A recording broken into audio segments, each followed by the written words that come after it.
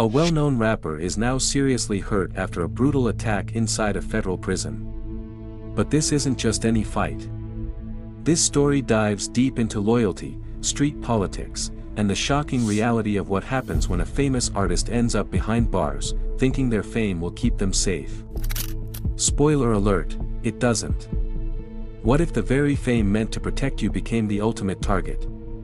By the end of this, you'll understand the shocking truth behind this brutal prison attack and why a rapper's biggest asset became his greatest vulnerability. Let's jump right in. Before we delve into the full story, let me set the stage. Some of you might not be entirely familiar with Pooh Shiesty or why this situation holds such significance.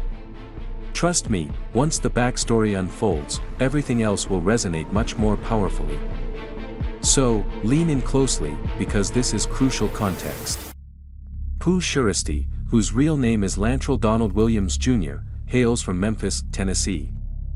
Born on November 8, 2000, he was barely 20 years old when he exploded onto the music scene. While many his age are still navigating early adulthood, Pooh Shiesty was already achieving platinum success. He signed with Gucci Mane's 1017 Records and immediately made a significant impact. His debut mixtape, Shiesty Season, released in January 2021, was a game-changer. The project impressively debuted at number 4 on the Billboard 200. Remember, this wasn't a full album, but a mixtape, yet it still cracked the top 5 nationwide.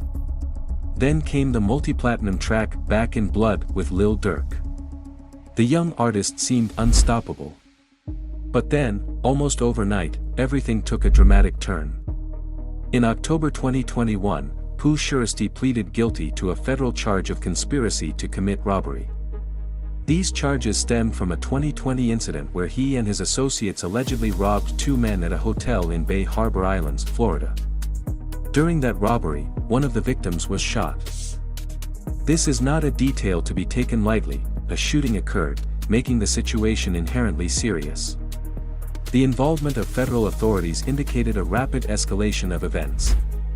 By August 2022, Pooh Shiesty was sentenced to 5 years and 3 months in federal prison. In the federal system, inmates typically serve approximately 85% of their sentence, with no early release for good behavior, unlike in some state prisons. This means he faces almost the full duration of his sentence. Initially, he was sent to a low-security federal correctional facility. This might sound like a small reprieve, suggesting less danger. Or so it seemed. But believe me, events took an unexpected and brutal turn, and you are not prepared for what unfolded next. This is precisely where the narrative deepens. It transcends the simple story of a rapper incarcerated, evolving into something profoundly unsettling on multiple fronts. I urge you to pay close attention, because this is the pivotal moment where his incarceration transformed into serious jeopardy. Rumors began to surface that Pooh Shiesty was enduring a difficult time inside prison. While it's true that prison is inherently challenging for anyone, and no one enjoys their time there, Pooh Shiesty's situation was far more complex. This is a man with millions of fans, chart-topping hits, and significant financial success. One might assume such fame would command respect or, at the very least, provide a degree of safety, perhaps some personal space or protection simply because people recognized his name. But that assumption would be entirely wrong. Not in a federal prison. And certainly not in the system Pooh Shiesty found himself in. Outside, his fame holds power. Inside, it means absolutely nothing. What truly matters within those walls is your origin, your affiliations, and your ability to defend yourself when confrontations turn physical. Street dynamics do not cease simply because you're platinum certified. If anything, being famous in prison places a massive target on your back. You become a prize, a trophy that other inmates seek to claim to elevate their own standing. And that, unequivocally, is a perilous position to occupy. Now, the situation escalates further. Let me clarify this segment with precision, as there has been considerable confusion and rampant rumors online. Multiple reports indicate that Pooh Shiesty was involved in a grave violent incident within the federal prison. This was no minor disagreement or spontaneous skirmish in the yard. This was a meticulously planned group attack. Several individuals, believed to be affiliated with a specific gang, reportedly swarmed Pooh Shiesty from various directions in a coordinated assault. During this brutal altercation, Pooh Shiesty did not emerge unharmed. He sustained severe injuries, including, and this detail gained significant traction online, a tooth being completely knocked out. Yes, an entire tooth. That's an injury not easily forgotten. Predictably, many online found humor in the situation. I understand the internet's propensity for dark humor and sensational stories, but this is a stark reality. This is about a young man confronting the perilous realities of life behind bars, far removed from the spotlight and his music career. Let me be clear, this isn't merely fleeting internet chatter. The fact that Pooh Shiesty reportedly lost a tooth underscores the sheer intensity and brutality of that fight. You don't lose a tooth from a casual blow, that signifies severe, heavy-duty facial trauma. It indicates Pooh Shiesty absorbed exceptionally hard hits, and early reports suggesting he was in critical condition imply those injuries extended far beyond a missing tooth. This was, by all accounts, a life-threatening scenario. It's truly wild, genuinely shocking when you take a moment to consider it. But pause for a moment. Before we delve into the complete narrative and the events that culminated in this, you must grasp a vital aspect of how prison gang politics operate.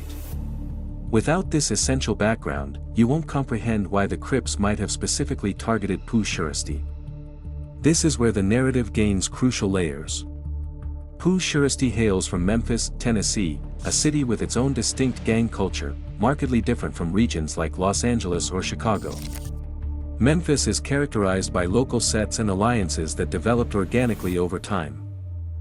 Here's the critical point: when artists from Memphis achieve national recognition, their music and public image frequently become associated with these local gang affiliations, even if they don't explicitly claim them.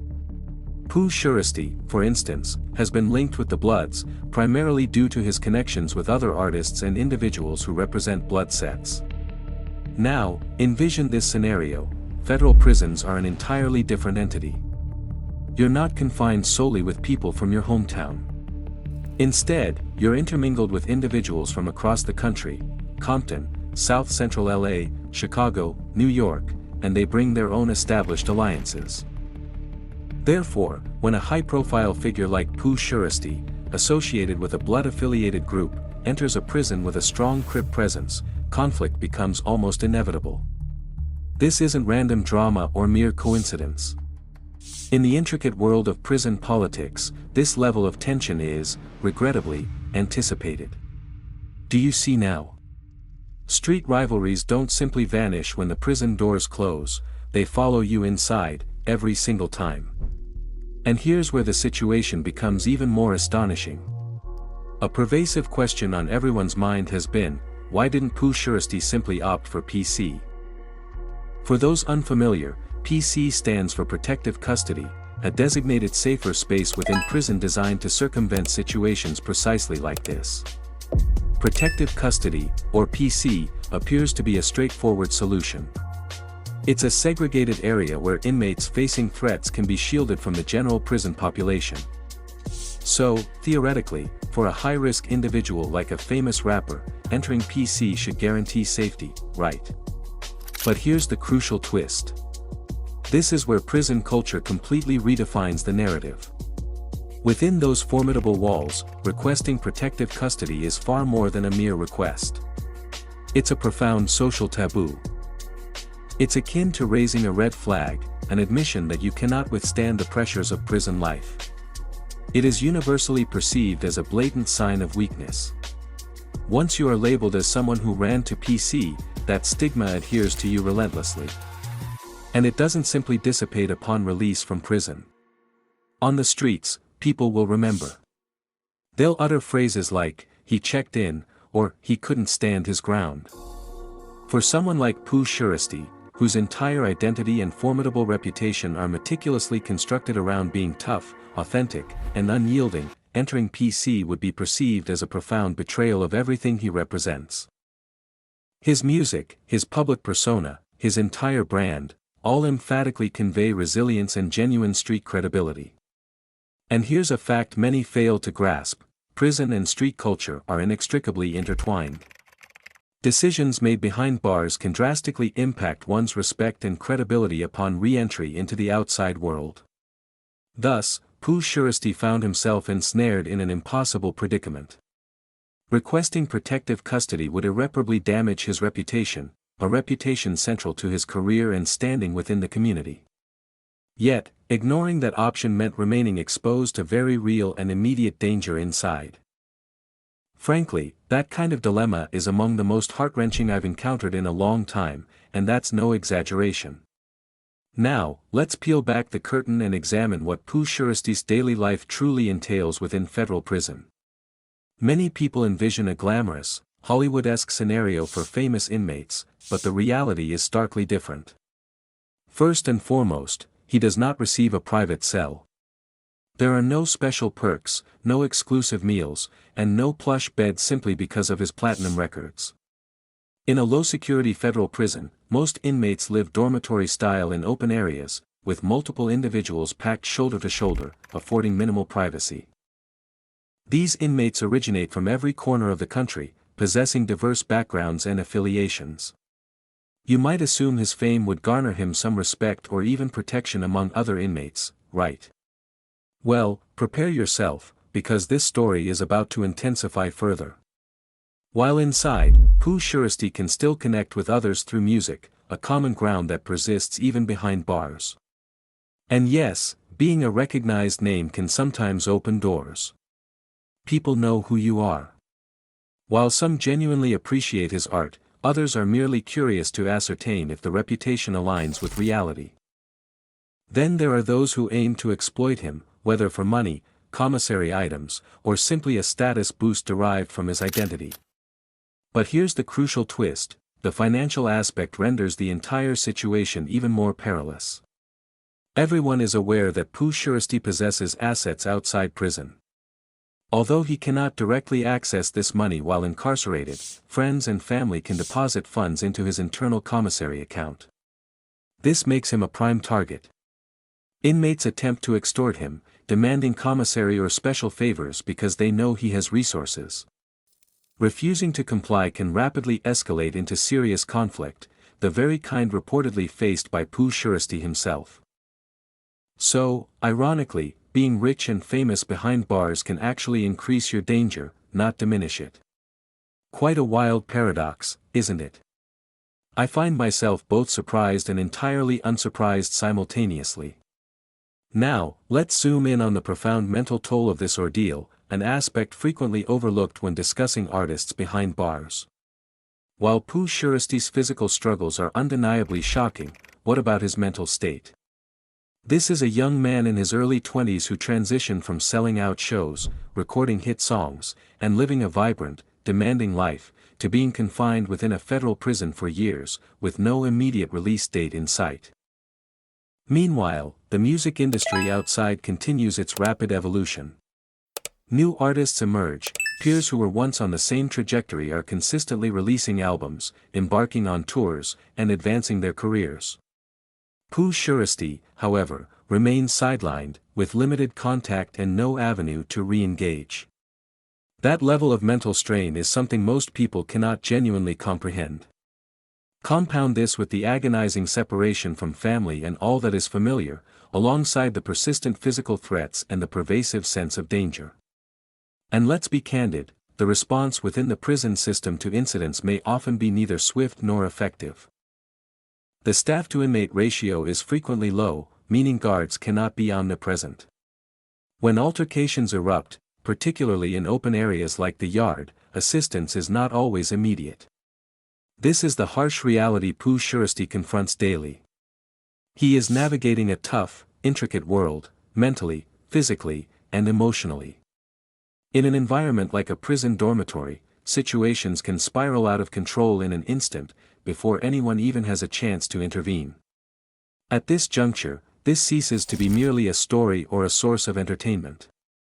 This is about a human being entrapped in a truly perilous and urgent situation. So, what tangible measures are actually being taken to protect Pooh Shiesty? What is the Bureau of Prisons doing to ensure his safety?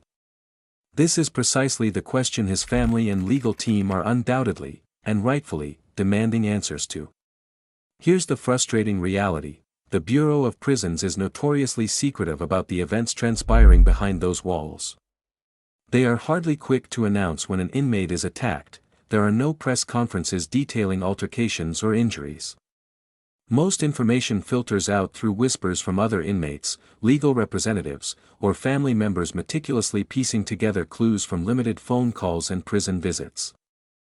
What we do understand is that when a serious incident occurs, one that leaves someone in critical condition, there are supposed to be robust protocols in place: medical checks, thorough documentation, investigations, and comprehensive care for the victim.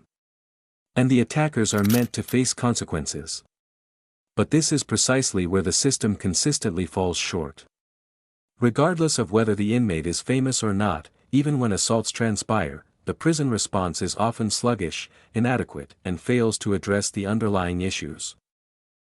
You can investigate an attack exhaustively, but if the environment remains unchanged, if the same dangerous individuals are not relocated, if gang tensions are not effectively managed, if the victim remains in the general population, then you are simply awaiting the next incident. And that, truly, is the most terrifying aspect of all.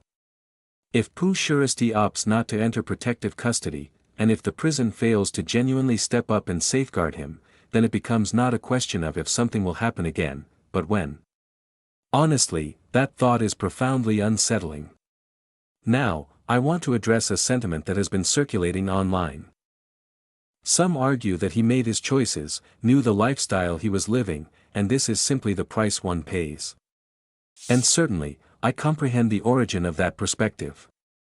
Pooh Shiesty's actions undeniably led him to federal prison. He pleaded guilty and accepted responsibility. That facet of the story is not open for debate. However, there's a crucial point you need to understand, so please pay close attention. Just because someone has made mistakes and is serving a sentence does not mean they deserve to be attacked, beaten, or severely harmed while incarcerated. The justice system imposed a prison term on Pooh Shiesty, but it did not impose a sentence of group violence, leaving him critically injured. Those are two fundamentally different things. Yet, beyond Pooh Shiesty's individual story, this situation casts a harsh light on a far more pervasive problem within America's federal prisons: the intricate web of gang alliances, the incessant threat of violence, and the impossible choices inmates confront between self-preservation and maintaining respect. The system, as it stands, is not structured for healing or rehabilitation. It almost guarantees conflict. And here's the critical insight: Pooh Shiesty might be the name you recognize, but this identical reality is unfolding for thousands of individuals behind bars every single day, people you've never heard of, people without social media platforms to narrate their experiences. That is a reality we truly need to pause and contemplate. Imagine this: the precise conditions that led to what happened to Pooh Shiesty are the very same challenges thousands of incarcerated individuals are grappling with right now, across the entire country. Sit with that thought for a moment. Now, let's rewind slightly and address a point that has been widely discussed online regarding Pooh Shiesty's case.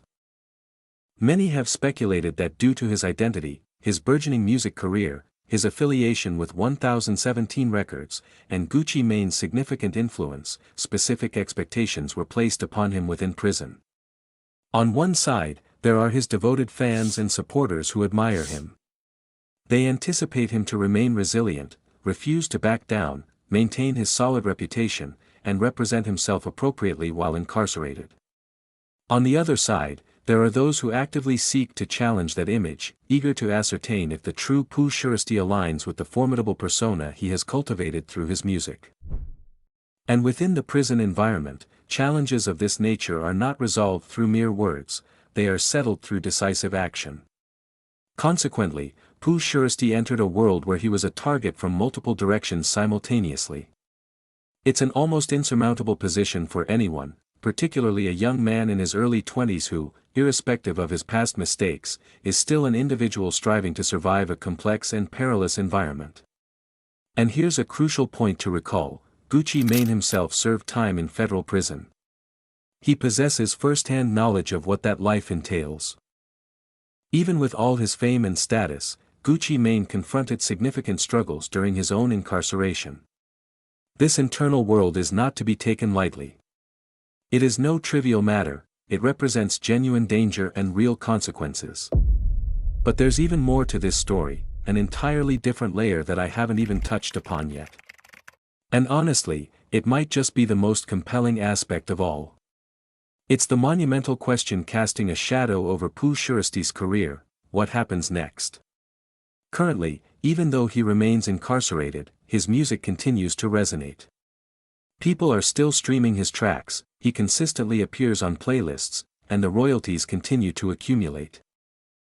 His name has not faded, it remains vibrant and influential within the culture. And here's the intriguing aspect: hip-hop has a rich history of artists whose star power paradoxically amplifies while they are incarcerated. Some of the most highly anticipated releases have debuted during or immediately following periods of incarceration, integrating the time behind bars into the artist's compelling narrative. However, and this is a monumental but, that trajectory is only viable if the artist eventually returns home, if they emerge healthy, whole, and prepared to resume their career where they left off. That is precisely where the pervasive uncertainty sets in. With every incident, such as the one Pooh Shiesty reportedly endured, the pressing question becomes: what condition will he be in when he finally walks through those prison doors? This transcends a mere business or career inquiry, it is a profoundly human one. Will he return as the same individual he was before, simply a few years older? Or will this harrowing experience leave indelible scars, both physical and emotional, that persist long after his sentence is served? And honestly, that is the most poignant aspect of this entire story when you truly reflect upon it. Now, let's briefly focus on the detail concerning the tooth, because it's more than just a brutal fact, it's incredibly telling. Having a tooth knocked out in an altercation typically signifies that this was not a fair, face-to-face confrontation. It strongly suggests something far more intense. The loss of a tooth frequently occurs when an individual is struck from multiple angles, perhaps even while they are down or incapacitated and unable to defend themselves. This points unequivocally to a sustained, coordinated attack, not merely a single punch. Recall, this was reportedly a jump, multiple individuals involved. This was not a disagreement between two individuals that spontaneously escalated. This was a deliberate decision by a group to collectively attack one person. And when you are so severely outnumbered, in an environment where immediate assistance is not readily available, your options for defense are severely constrained. Certainly, you can fight back with every ounce of strength, but the odds are overwhelmingly against you. This is precisely why prison reform advocates so frequently highlight such incidents, underscoring the extreme vulnerability of individuals in these environments and the urgent necessity for systemic change. Let's analyze this further. We require superior monitoring, increased staffing, and swifter intervention. Because an outbreak of violence of this magnitude does not simply erupt spontaneously. It necessitates coordination, movement, and the convergence of a crowd. The fact that it escalated to the point where someone ended up in critical condition with injuries as severe as a knocked-out tooth indicates a system that unequivocally failed. This was an incident that, with greater attention and resources, could very well have been prevented. When you consider it from that perspective, it is genuinely shocking. Are we beginning to grasp the larger implications here? Here's another crucial piece of information to bear in mind. The dissemination of information regarding incidents in prisons, particularly those involving well-known figures, is incredibly intricate. These facilities maintain stringent security.